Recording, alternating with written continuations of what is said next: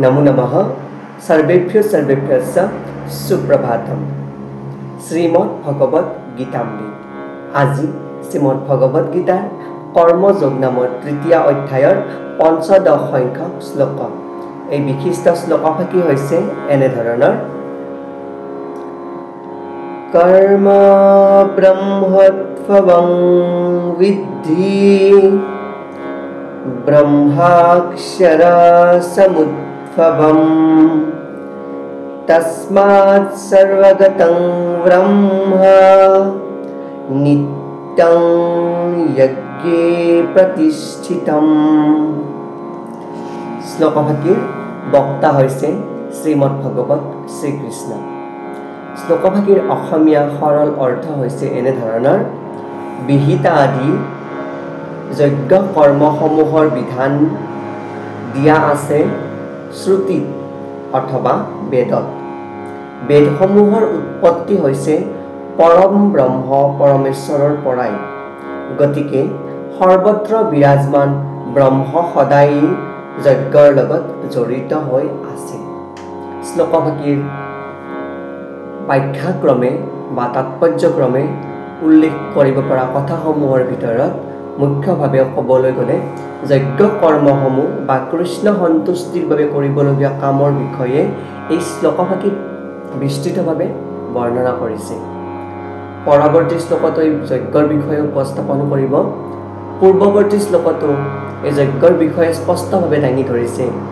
যদি আমি যজ্ঞ পুৰুষ বিষ্ণু সন্তুষ্টিৰ বাবে কৰ্ম কৰিব খোজোঁ, তেনেহ'লে সেই কৰ্ম কৰিব লাগিব আমাৰ মুখ্যভাৱে দাঙি ধৰা ভাৰতীয় জ্ঞান পৰম্পৰাৰ প্ৰমুখ স্ৰোত বেদত দিয়া নিৰ্দেশাৱলী অনুসৰিহে অথবা ব্ৰহ্মৰ মতহে।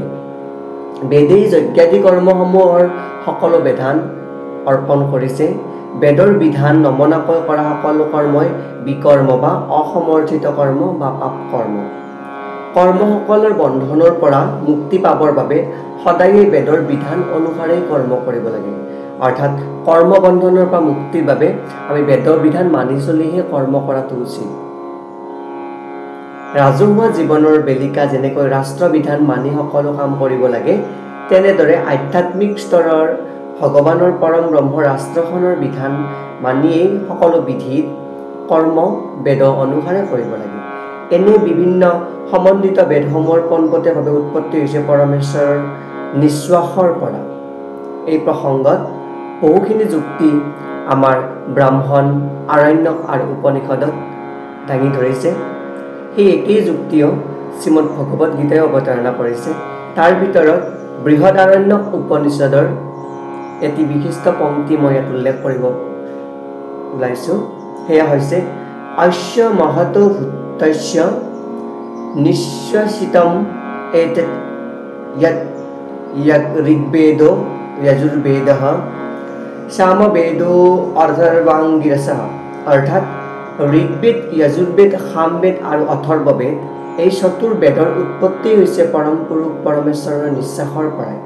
অৰ্থাৎ আমাৰ যি জ্ঞানৰ প্ৰমুখ স্ৰোত, এই বেদসমূহৰ সৃষ্টি হৈছে পৰমেশ্বৰৰ পৰাই। গতিকে এই বেদসমূহত দাঙি ধৰা যি নীতি আদৰ্শ, যি প্ৰমুখ মন্ত্ৰস্তুতি, সেইসমূহত উল্লেখিত অনুসৰিহে আমাৰ নিজৰ জীৱন বা ব্যৱহাৰিক জীৱন চলাই নিয়াটো উচিত। ইয়াতে উল্লেখ কৰা অনুসৰি এই কথা মনত ৰাখিব লাগিব যে বেদৰ বিধানবিলাক এনেভাৱে দিয়া আছে যাতে জীৱবিলাকে সেই জীৱনৰ বাসনা চৰিতাৰ্থ কৰি তথাকথিত ভোগসমূহ সম্পূৰ্ণকৈ লাভ কৰিও ভগৱানৰ সান্নিধ্য ঘূৰি যাব পাৰে। এইদৰে দৰাচলতে বদ্ধ জীৱবিলাক মোক্ষ লাভ কৰিবৰ বাবে এটা সুযোগহে দিয়া আছে। গতিকে বদ্ধ জীৱবিলাক এই কৃষ্ণ ভাৱনা সম্পন্ন হৈ যজ্ঞানুষ্ঠান কৰাৰ পদ্ধতিটো অনুসৰণ কৰিবলৈ চেষ্টা কৰিব লাগে। অৰ্থাৎ বেদত কাঠিন্যভাৱে বিধানসমূহ দিয়া নাই। বেদত দিয়া বিধানসমূহ বা বেদত উল্লেখ কৰা যি নীতি আদৰ্শসমূহ, সেয়া আমি কৰিব পৰাকৈ, আমি পালন কৰিব পৰাকৈ তাত উল্লেখ আছে, যাৰ দ্বাৰাই আমি নিত্য যি বাসনা আছে সেই বাসনাৰ পৰা মুক্তি লাভ কৰি আমি নিজৰ যিখিনি কৰ্ম আছে কৰ্মসমূহ সুন্দৰভাৱে সুচাৰুৰূপে পৰিপালন কৰিব পাৰোঁ।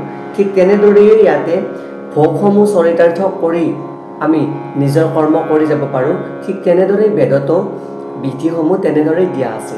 কিন্তু যিসকলে ইতিমধ্যে বৈদিক পৰম্পৰা মানি অহা নাই তেওঁলোকে অন্ততঃ কৃষ্ণ ভৱনামৃতৰ পথটো গ্ৰহণ কৰিবৰ পাৰে আৰু সেয়ে বৈদিক যজ্ঞ বা বৈদিক কৰ্মৰ ঠাইত ল'ব পাৰে। অৰ্থাৎ যদি কোনোবাই কৃষ্ণ ভাৱনা সম্পন্ন পথটো গ্ৰহণ কৰিও যদি নিজকে কৰ্মৰ মাজেদি আগবঢ়াই অনা নাই বা বৈদিক যজ্ঞ বা বৈদিক কৰ্মৰ মাজত নিজকে বনমুক্ত কৰিব পৰা নাই তেওঁলোকে কৃষ্ণ ভাৱনা সম্পন্ন হৈও বৈদিক যজ্ঞ আৰু বৈদিক কৰ্মৰ মাজত কৃষ্ণ ভাৱনা সম্পন্ন হ'বৰ বাবে আগবাঢ়ি আহিব পাৰে আৰু ঠাই ল'ব পাৰে। কিন্তু কৃষ্ণ ভাৱনা সম্পন্ন হৈও যদি বৈদিক যজ্ঞ আৰু বৈদিক কৰ্ম নকৰি বেদে দিয়া বিধান অনুসৰি সংকীৰ্তন বা গুণানুকীৰ্তনো কৰে কৃষ্ণ ভাৱনা সম্পন্ন হয়, তেতিয়াও তেওঁ এই বিশিষ্ট পৰম ব্ৰহ্মৰ গতি লাভ কৰিব পাৰে, যিয়ে বেদক সমৰ্থন কৰে, যাৰ মাজত বেদৰ স্পষ্ট ব্যাখ্যা দাঙি ধৰা হৈছে। এই বিশিষ্ট শ্লোকভাগীৰ সৰল গুণাৰ্থ। ধন্যবাদ।